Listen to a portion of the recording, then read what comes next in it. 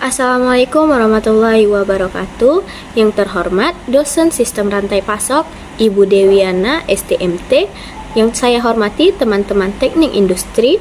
Puji syukur kehadirat Allah Subhanahu wa Ta'ala yang telah memberikan nikmat yang begitu luar biasa untuk kita semua. Dan tidak lupa juga salawat dan salam kepada Nabi besar kita, Nabi Muhammad SAW. Sebelumnya, izinkan saya untuk memperkenalkan anggota kelompok 5. Pada hari ini, saya, Aulia Balkis Ananta, yang berperan sebagai moderator, dan topik yang akan kita bahas pada hari ini adalah Supply Chain Management pada UMKM Ikan Asin. Lalu ada Maria Nasero Sinaga sebagai pemateri pertama, dan Romeo Sotambunan sebagai pemateri kedua, lalu Muhammad Restu Dwi Kliat yang akan menjelaskan materi sebagai materi ketiga, serta teman kami Hana Amni Saragih yang tidak dapat berhadir pada presentasi kali ini dikarenakan kondisi yang tidak memungkinkan dan juga sedang dirawat di Rumah Sakit Cut Mutia Langsa. Teman-teman yang saya hormati, kita akan membuka presentasi ini dengan mengucapkan basmalah. Bismillahirrahmanirrahim. Kita akan langsung menyimak penyampaian materi dari kelompok 5 dan kepada pemateri saya persilahkan. Baiklah, kita akan masuk ke latar belakang. Ikan asin merupakan ikan hasil penggaraman atau pengeringan. Ikan ini mempunyai kadar air yang rendah karena penyerapan oleh garam dan penguapan oleh panas. Pelabuhan perikanan adalah tempat yang terdiri atas daratan, perairan di sekitarnya dengan batas-batas tertentu sebagai tempat kegiatan pemerintah dan kegiatan sistem bisnis perikanan yang digunakan sebagai tempat kapal perikanan bersandar, berlabuh, atau bongkar muat ikan, yang dilengkapi dengan fasilitas keselamatan pelayaran dan kegiatan penunjang perikanan. Sistem produksi adalah satu rangkaian operasi yang mengolah atau input untuk menghasilkan output hingga sampai kepada konsumen. Rantai pasok merupakan jaringan berbagai organisasi yang memiliki tujuan yang sama, yaitu sebaik mungkin penyelenggaraan pengadaan atau penyaluran hasil tangkapan ikan yang akan diolah menjadi ikan asin perlu disikapi dengan pengolahan manajemen rantai pasok yang tepat. Pengolahan rantai pasok yang tepat untuk menambah nilai, menjaga stok dan kualitas, serta dapat dengan mudah dijangkau oleh masyarakat. Pengolahan rantai pasok ikan yang efektif dan efisien dapat meningkatkan kinerja, efisien waktu dan tenaga, menekan biaya operasional, kualitas ikan yang tepat tetap terjaga, serta jangkauan distribusi yang luas. Baiklah, kita dimasuk ke dalam rumusan masalah. Rumusan masalahnya yang pertama adalah bagaimana model struktur rantai pasok pada produksi ikan asin yang ada di Kuala Langsa. Yang kedua, bagaimana keterlibatan pihak-pihak dalam mendukung sistem supply chain management pada produksi ikan asin di Kuala Langsa. Kemudian kita masuk ke dalam tujuan. Tujuan berdasarkan rumusan masalah ini adalah pertama, menganalisis model struktur rantai pasok ikan asin yang ada di Kuala Langsa. Kedua, menganalisis pihak-pihak yang terlibat dalam rantai pasok ikan asin di Kuala Langsa. Apa itu rantai pasok? Definisi rantai pasok adalah suatu pengakuan nilai suatu produk yang diciptakan di dalam aktivitas perusahaan dan disalurkan kepada konsumen akhir dalam harga tertentu. Semua pelaku termasuk pabrik, pedagang, distributor, pengecer, dan konsumen berkontribusi dalam menciptakan nilai. Menurut Marimin dan Makrifrom 2010, manajemen rantai pasok adalah proses produksi secara keseluruhan, dari kegiatan pengolahan, distribusi pemasaran, hingga produk yang diinginkan sampai ke tangan konsumen. Hal penting yang menjadi dasar pemikiran pada konsep ini adalah fokus pada pengurangan dan mengoptimalkan nilai pada rantai pasok yang berkaitan. Dengan demikian, manajemen rantai pasok atau supply chain management dapat didefinisikan sebagai pengolahan berbagai kegiatan dalam rangka memperoleh 5 bahan mentah, dilanjutkan kegiatan transformasi sehingga menjadi produk dan proses, kemudian menjadi produk jadi dan diteruskan dengan pengiriman kepada konsumen melalui sistem distribusi. Kegiatan-kegiatan dilakukan mencakup pembelian secara tradisional dan berbagai kegiatan penting lainnya yang berhubungan dengan supplier dan distributor. Supply chain management meliputi penetapan. Yang pertama, pengangkutan. Kedua, pembayaran secara tunai atau kredit. Ketiga, supplier. Keempat, distributor dan pihak yang membantu transaksi seperti bank. Kelima, hutang maupun piutang. Keenam, pergudangan. Ketujuh, pemenuhan pesanan. Dan kedelapan, informasi mengenai ramalan permintaan produksi maupun pengendalian persediaan. Metode pada rantai pasok. Yang pertama adalah struktur rantai, yang dimana struktur rantai pasok secara umum biasanya terdiri dari supplier, manufaktur, distributor, retail, dan pelanggan. Namun, struktur rantai pasok produk perikanan memiliki keunikan tidak selalu mengikuti urutan rantai pasok tersebut. Oleh karena itu, perlu diketahui siapa saja yang menjadi anggota rantai pasok yang akan terlibat di dalamnya, dan dijelaskan pula peran setiap anggota rantai pasok. Kedua, sasaran rantai atau sasaran rantai ini menjelaskan mengenai sasaran pasar. Sasaran pasar menjelaskan tentang siapa pelanggannya, apa yang diinginkan, dan kebutuhan dari produk tersebut. Ketiga, yaitu manajemen rantai. Manajemen rantai menjelaskan hubungan yang terjadi di dalam rantai pasok, syarat apa saja yang digunakan untuk memiliki mitra kerjasama sistem, transaksi yang dilakukan di antara berbagai pihak yang bekerja sama. Baiklah, selanjutnya akan disambung oleh pemateri kedua. Terima kasih. Baiklah, pada saat ini saya akan melanjutkan presentasi tentang metode pada rantai pasok. D. Sumber daya rantai. Potensi-potensi apa saja yang mendukung upaya pengembangan rantai pasok? Sumber daya yang dikaji meliputi sumber daya fisik, teknologi, sumber daya manusia. E. Proses bisnis rantai. Proses bisnis rantai ditinjau berdasarkan aspek hubungan proses bisnis antara anggota rantai pasok dan pola distribusi. F. Kinerja rantai pasok. Pengukuran performa atau kinerja rantai pasok menggunakan penilaian kinerja rantai pasok ikan cakalang secara keseluruhan. Penilaian rantai pasok tersebut dilakukan dengan menggunakan metode checklist. Melalui penilaian checklist dapat diketahui dari segi apa saja yang sudah cukup baik dan dari segi apa yang masih harus ditingkatkan untuk menciptakan kelancaran rantai pasok. Analisis yang digunakan dalam menentukan kinerja rantai pasok menggunakan analisis deskriptif kuantitatif melalui pengukuran kinerja. Selanjutnya, komponen supply chain management. A. Upstream supply chain. Bagian upstream atau hulu supply chain meliputi aktivitas dari suatu perusahaan manufacturing dengan para penyalurnya, yang mana dapat manufacturers, assemblers, atau kedua-duanya, dan koneksi mereka kepada para penyalur mereka atau para penyalur second tier. Hubungan para penyalur dapat diperluas kepada beberapa strata, semua jalan dari asal material, contohnya biji tambang, pertumbuhan tanaman. Di dalam upstream supply chain, aktivitas yang utama adalah pengadaan. B. Internal supply chain. Bagian dari internal supply chain meliputi semua proses in-house yang dilakukan dalam mentransformasikan masukan dari para penyalur ke dalam 6 keluaran organisasi itu. Hal ini meluas dari waktu masukan ke dalam organisasi. Di dalam internal supply chain, perhatian yang utama adalah manajemen produksi, fabrikasi, dan pengendalian persediaan. C. Downstream supply chain. Downstream atau hilir supply chain meliputi sebuah aktivitas yang melibatkan pengiriman produk kepada pelanggan akhir. Di dalam downstream supply chain, perhatian diarahkan pada distribusi, pergudangan, transportasi, dan after sales service. Selanjutnya, tujuan strategis supply chain management.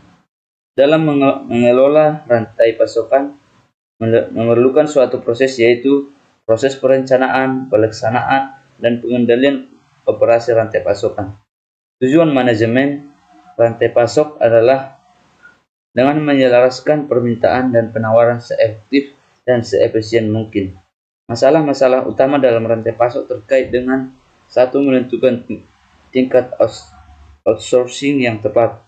2. Mengelola pembelian atau pengadaan suatu barang. 3. Mengelola pemasok. 4. Mengelola hubungan terhadap pelanggan. 5. Mengidentifikasi masalah dan merespon masalah dengan cepat. 6. Mengelola risiko. Menurut Pujawan, supply chain memiliki tujuan strategis yang perlu dicapai untuk membuat supply chain menang atau setidaknya bertahan dalam persaingan. Untuk bisa memenangkan persediaan pasar, maka supply chain harus menyediakan produk yang murah, berkualitas, tepat waktu, dan bervariasi. Selanjutnya, metode pengumpulan data. Metode yang digunakan dalam penelitian ini adalah metode survei. Data yang diambil dalam penelitian ini, data primer dan data sekunder. Data primer adalah data yang langsung dikumpulkan di lapangan melalui wawancara berdasarkan kuesioner atau pertanyaan yang telah disiapkan. Teknik pengumpulan data dilakukan dengan cara incidental sampling, yaitu teknik penentuan sampel berdasarkan kebutuhan sampel yang diambil dari responden, yaitu pemilik usaha ikan asin, yaitu Bapak Musdalifah yang telah membuka usaha ikan asin pada tahun 2005 hingga saat ini, di mana usaha tersebut berlokasi di Gampong, Desa Sungai Pau, Pusaka, RT 5 km 5, Kuala Langsa. Proses SCM pada produksi ikan asin. SCM adalah metode, alat, atau pendekatan pengelolaan, misalnya supply chain mobil, motor, dan lain-lain. Supply chain management atau SCM atau manajemen rantai pemasok merupakan suatu sistem integrasi antara fungsi maupun lintas organisasi dalam hal produksi dan mengantar produk ke pelanggan distribusi. Sistem ini fokus pada proses aliran barang atau jasa, entah itu dari supplier, manufaktur, gedung, distribution, dan customer, retailer, outlet, hingga konsumen, yang merupakan suatu kesatuan yang saling terhubung tanpa pembatas dan berlangsung secara transparan. Nah, berikut adalah gambar dari proses SCM pada produksi ikan asin. Supplier. Ikan dibeli dari nelayan, setelah itu ke manufaktur. Di manufaktur, ikan diolah di pabrik ikan asin. Dibersihkan isi perutnya, dicuci darahnya, dibersihkan sisinya, digaramin ikannya, dan setelah itu ikan disimpan di gudang. Setelah di gudang, ikan didistribusikan atau dikirimkan atau disalurkan ke rentil. Di rentil, ikan dijual dan dipasarkan ke customer. Assalamualaikum warahmatullahi wabarakatuh. Saya akan membacakan slide selanjutnya. Supplier. Pada usaha ikan asin, Pak Musdalifah ini menerima supplier dari beberapa tempat seperti kapal-kapal besar yang bersandar di pelabuhan Kuala, di mana Pak Musdalifah ini datang langsung untuk membeli dari kapal tersebut, dan beberapa nelayan-nelayan kecil di mana para nelayan tersebut mengantarkan langsung kepada Bapak Musdalifah ini. Juga dari beberapa tempat seperti Idi, Sungai Hiu. 2. Manufaktur. Manufaktur secara teknis adalah kegiatan mengolah bahan mentah dengan proses kimiawi maupun fisika untuk mengubah bentuk, penampilan, atau sifat untuk membuat bagian, komponen, atau produk. Langkah-langkah dalam proses pengolahan ataupun pembuatan ikan asin terdiri dari 4 proses, antara lain: A. Penyiangan. Penyiangan ini dilakukan untuk membersihkan isi perut dari ikan-ikan besar seperti ikan tongkol dan ikan kasem. Hal ini dilakukan agar keawetan ikan tersebut terjaga. B. Pencucian. Pencucian ini dilakukan untuk membersihkan sisa-sisa darah, sisa-sisa isi perut ikan, dan juga sisa-sisa sisi ikan dari proses penyiangan ikan. Hal ini dilakukan untuk menjaga kebersihan ikan sebelum dilakukannya proses setelahnya. Penggaraman. Penggaraman ini biasanya dilakukan secara tradisional. Penggaraman dilakukan dengan menaburkan kristal-kristal garam pada permukaan ikan atau mencampurkannya dengan larutan garam. Untuk penggaraman yang sudah maju, digunakan alat yang dapat memasukkan larutan garam ke dalam daging ikan asin. Pengeringan. Pengeringan ini dilakukan dengan cara mekanis, yakni dengan menjemur ikan yang sudah melalui proses penggaraman di bawah sinar matahari. Pengeringan ini dilakukan sampai kadar air yang ada di ikan berkurang. Gudang. Gudang atau warehouse adalah tempat penerimaan, penyimpanan sementara, dan persediaan part, material, dan barang yang akan dipakai untuk kebutuhan produksi atau support produksi. Di usaha ikan asin milik Pak Musdalifah ini, mereka menyimpan ikan dalam ruangan khusus yang ada di dalam rumah. Distribusi. Distribusi adalah entitas perantara antara produsen produk dan entitas lain dalam saluran distribusi atau rantai pasokan. Saluran distribusi bisa meliputi pengecer, reseller, atau grosir.